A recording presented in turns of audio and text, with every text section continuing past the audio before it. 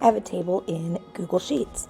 And you'll see that I have a list of tools, and then I want to put a description for each tool, but I don't want to write that by hand. So I'm going to select a blank cell because it's going to insert, once I ask it to give me some information, it's going to insert in the table. So I want to make sure that I'm in a spot where I can insert it.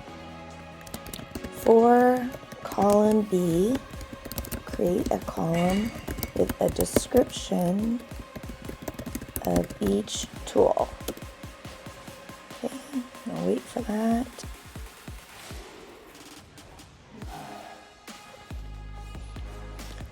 Alright, so you can see that's actually recreated the whole table. So I have the tool ID, the tools, and the description. And I'm going to come down and click Insert. And these totally match. I've got app script, app sheet, but then I have a description for each, and I didn't have to type each of those. So I actually did delete my original table of data. Since the sidebar inserted the duplicated information, I didn't need it twice. So I just highlighted those columns and deleted them. And I actually had those columns and that data connected to an app sheet app.